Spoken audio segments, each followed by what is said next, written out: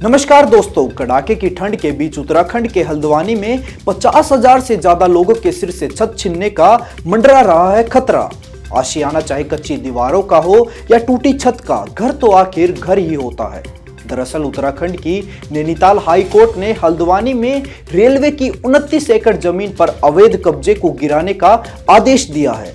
आपको बता दें कि इस आदेश के बाद करीब 4,000 से अधिक कच्चे पक्के मकानों को तोड़ा जाना था, जिनमें से ज्यादातर मकान मुस्लिम समुदाय लोगों के हैं। इसमें कोई दो राय नहीं है कि कोई भी परिवार अपने आप को चार सर्दी, गर्मी, बरसात और अन्य आपदाओं से बचाने के लिए ही घर बनाता है। यही कारण है कि हाई कोर्ट के इस फैसले का विरोध करते हुए लोगों ने प्रदर्शन करना शुरू किया और परिणाम स्वरूप यह मामला सुप्रीम कोर्ट जा पहुंचा। क्या उत्तराखंड में मंदिर और मस्जिद समेत टूटने से बच गए 4,000 घर? इसी से संबंधित देखें हमारी यह पूरी रिपोर्ट। हल्द्वानी के बनभूलपुरा क्षेत्र में रेलवे की 29 एकड़ जमीन है। इस जमीन पर कई साल पहले कुछ लोगों ने कच्चे घर बना लिए थे। धीरे धीरे यहाँ पक्के मकान बनाए गए और धीरे धीरे बस्तियाँ बस्ती चली गई। नैनीताल हाईकोर्ट ने इन बस्तियों में बसे लोगों को हटाने का आदेश दिया। रेलवे ने समाचार पत्रों के जरिए नोटिस जारी कर अतिक्रमणकारियों को 1 हफ्ते के अंदर यानी 9 जनवरी तक कब्जा हटाने को कहा। रेलवे और जिला प्रशासन ने ऐसा न करने पर मकानों को तोड़ने की चेतावनी भी दी। लोग अब अपने घरों को बचाने के लिए प्रदर्शन कर रहे थे। हाईकोर्ट के फैसले के खिलाफ मामला सुप्रीम कोर्ट पहुंचा। बता दें कि सुप्रीम कोर्ट ने पहली सुनवाई में अतिक्रमण पर 7 जनवरी तक रोक लगा दी थी। इस विस्तार में 4,000 से ज्यादा परिवार रहते हैं। इनमें अधिकतर मुस्लिम हैं। इस क्षेत्र में 4 सरकारी स्कूल, 11 निजी स्कूल, 1 बैंक, 2 ओवरहेड पानी के टैंक, 10 मस्जिद और 4 मंदिर हैं। सूत्रों के मुताबिक आजादी के पहले इस हिस्से में बगीचे, लकड़ी के गोदाम और कारखाने थे, परंतु अब उत्तराखंड के हल्द्वानी में रेलवे की जमीन से अतिक्रमण हटाने के हाई कोर्ट के फैसले पर सुप्रीम कोर्ट ने रोक लगा दी है। इस मामले में 7 फरवरी को फिर सुनवाई होगी। हम जिस संसार में रह रहे हैं उसका मालिक काल है। काल के 21 ब्रह्मांडों में सर्व प्राणी जन्म, मरण तथा कर्मों का कष्ट झेल रहे हैं। ये जीव का वास्तविक निवास नहीं है। यहाँ पर देवताओं तक की भी जन्म और मृत्यु होती है। उन्हें भी अन्य प्राणियों के शरीर में कर्मानुसार कष्ट उठाना पड़ता है। आज हम जिस परिवार व संपत्ति को अपना मानते हैं, ये अपनी है ही नहीं। हमारी मृत्यु के बाद परिवार, संपत्ति व निवास स्थान यहीं छूट जाएगा। ये अपना निज ठिकाना नहीं है। हमारा वास्तविक ठिकाना सतलोक में है, जो वास्तव में सनातन परम धाम कहलाता है, जहाँ कभी मृत्यु या वृद्धावस्था तथा कष्ट नहीं होता, जहाँ जाने के बाद प्राणी संसार में कभी लौटकर वापस नहीं आता। आपको बता दें कि सतलोक जाने के लिए तत्वदर्शी संत से दीक्षा लेकर सद्भक्ति करनी होती है तथा वर्तमान समय में पूरे विश्व में केवल संत रामपाल जी महाराज जी ही एकमात्र तत्वदर्शी संत हैं, जिनके हाथों में सतलोक की चाबी है। तो दोस्तों, जैसा कि आपने देखा, जिस स्थान पर आप रह रहे हो, जिसे आप अपना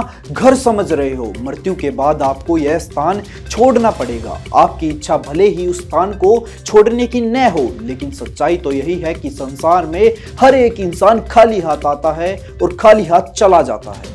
यदि उनके साथ कुछ जाता है तो वह सत भक्ति की कमाई है, जो वर्तमान समय में पूरे विश्व में केवल संत रामपाल जी महाराज जी के पास ही है। आज की इस रिपोर्ट में बस इतना ही। मिलेंगे हमारी अगली वीडियो में, तब तक के लिए हमें इजाजत दीजिए। धन्यवाद।